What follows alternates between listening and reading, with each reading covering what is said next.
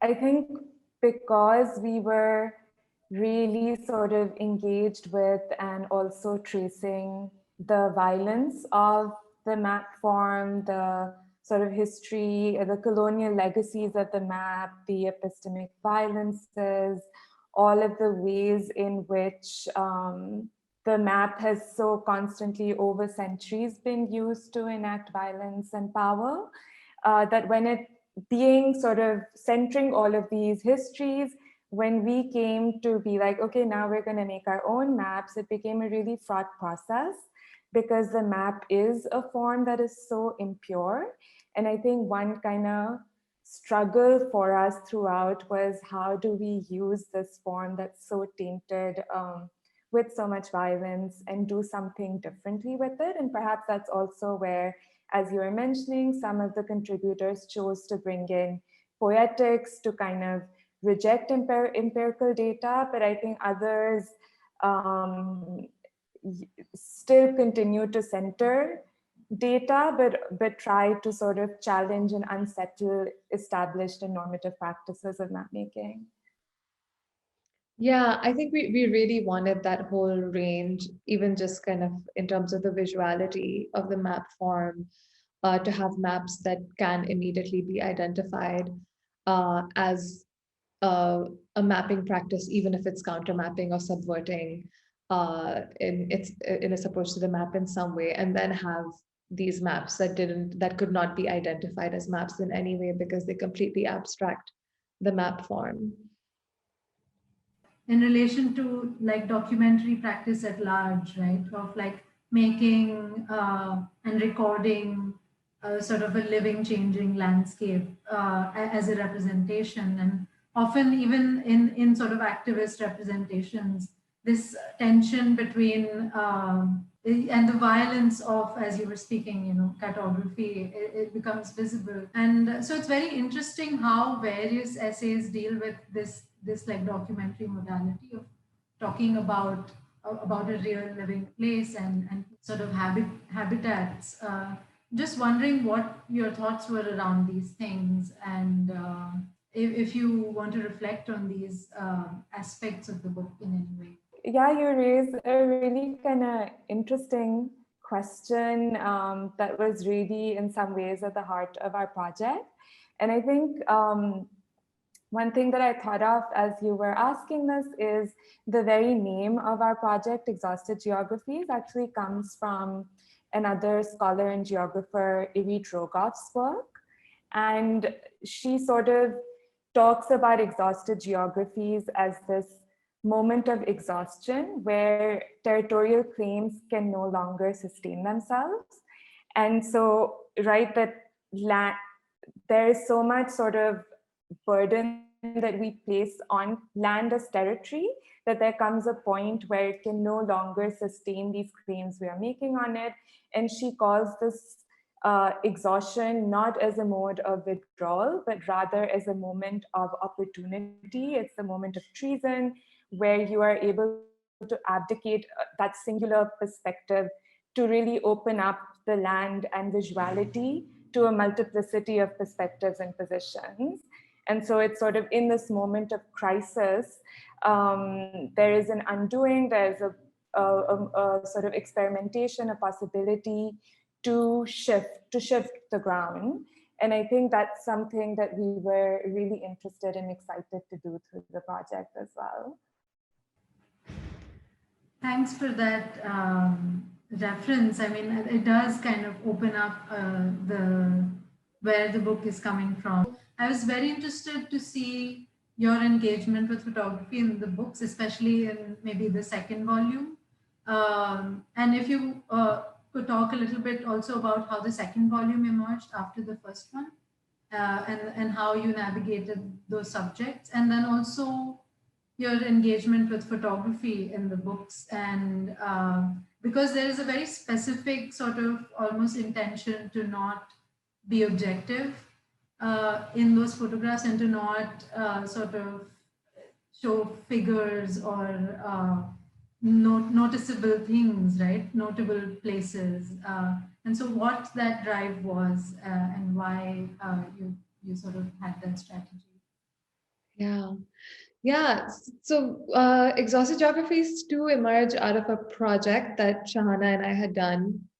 We have a collaborative pedagogical project called Karachi La Jamia, which means Karachi Anti-University.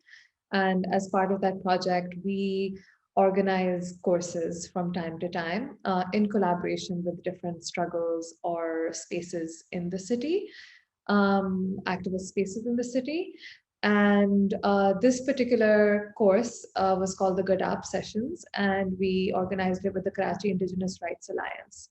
And the Karachi Indigenous Rights Alliance is basically the community organization based in Karachi that is now the Indigenous Rights Alliance. They've expanded beyond Karachi. But at the time, one of the major struggles that the Karachi Indigenous Rights Alliance was working with was in Gadap town, where Indigenous communities were being displaced for a real estate mega development project.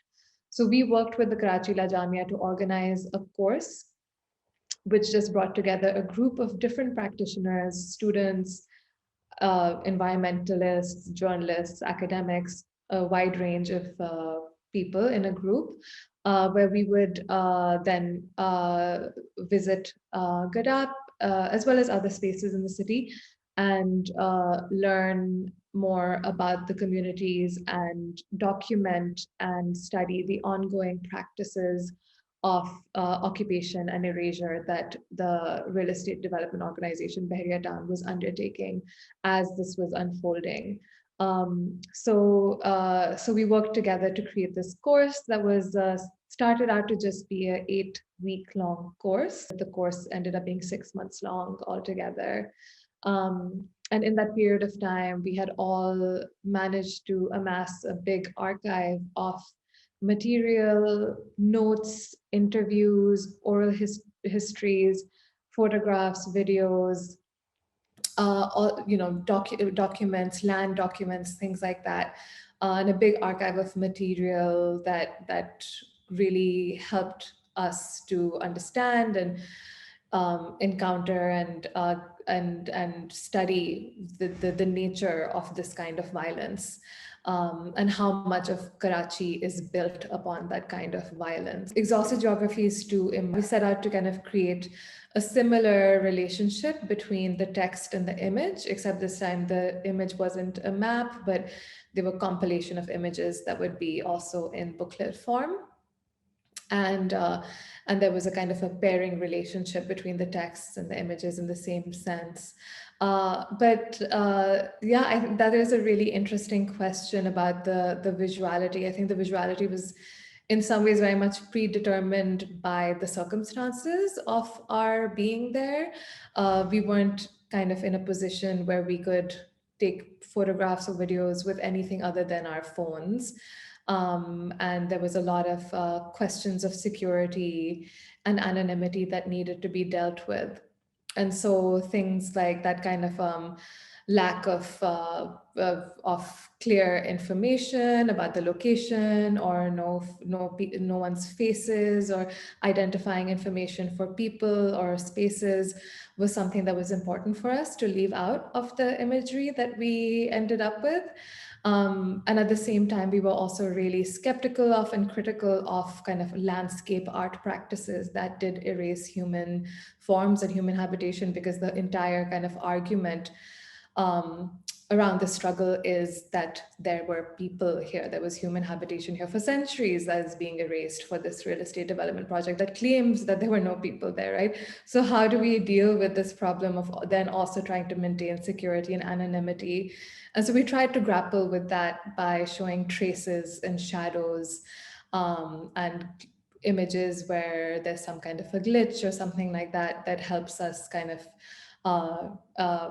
grapple with that issue and that question. But I think another really interesting thing that comes up with that is how much these kind of new global housing development enclaves and global cities that are emerging around the world, from Karachi to Dubai to Houston, whatever, how they have this specific aesthetic and the specific identikit kind of style, which means that it could be Karachi, but it could be anywhere in the world. And I think that's also something, and just the kind of devastation of a construction site is also um, so so ubiquitous around the world and doesn't really have a kind of that kind of specificity and that visuality.